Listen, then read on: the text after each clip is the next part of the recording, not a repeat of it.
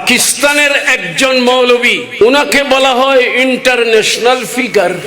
নাম নিচ্ছি না, কারণ নাম নিলে অনেকের বেজাল লাগে নাম ছাড়া। আমার শাহ স্ত্রীকোট সেই রিঙ্গুন থেকে, যেটা আমাদের তকদির ভালো, আসলেন বাংলায় আর আস্তানা করলেন মদিনাতুল আউলিয়া চট্টগ্রামের জমিনে। এখানে এসে অবস্থার প্রেক্ষিতে কিচ্ছা কাহিনী সবাই জানে, জামিয়া প্রতিষ্ঠা করলেন।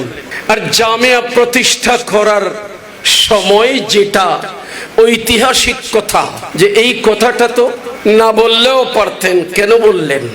যে জামিয়ার প্রতিষ্ঠা মাসলাকে আলা হযরতের উপর দেওয়া হচ্ছে। কোথায়? পাকিস্তানের উত্তরপ্রদেশ পাহাড়ের উপর হুজুর শাহ শ্রীকোট। আর কোথায়? হিন্দুস্তানের উত্তরপ্রদেশ ইউপি, সেখানে বাঁশ বেরেলি শরীফে হুজুর আলা হযরত রাদিয়াল্লাহু তাআলা আনহু মাসলাকে আলা হযরত। পাকিস্তানের একজন মৌলবী আগে আলা হযরত রাহমাতুল্লাহ আলাইহির পঞ্চমুখে প্রশংসা করতেন। নাম নিচ্ছি না, কারণ নাম নিলে অনেকের বেজাল লাগে নাম ছাড়া। পঞ্চমুখে প্রশংসা করতেন। হঠাৎ করে বলে উঠলেন যে মাসলাক আলা হযরত কি? আবার মাসলাকে আহলে সুন্নাত হবে, আলা হযরতের নামে কেন মাসলাক? হঠাৎ করে বদলে গেল। আমি বলছিলাম ইনি জেনে শুনে বলেছেন, উনি কোন জাহেল লোক না, উনাকে বলা হয় ইন্টারন্যাশনাল ফিগার।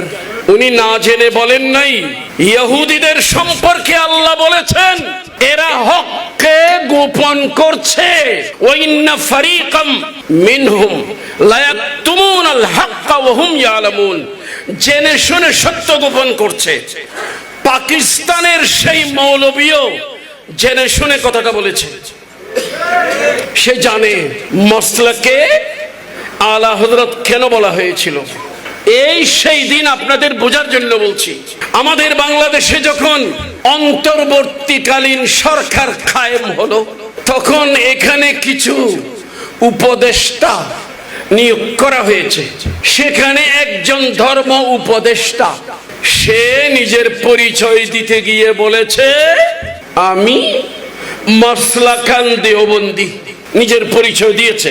তখন বুঝতে পেরেছি কেন আমরা মাসলাকে আলা হযরত। কারণ দেওবন্দি যদি মাসলাক হয়, তো পাকিস্তানের মৌলবী তুমি বুঝে শুনে কেন বললা মাসলাকে আলা হযরত?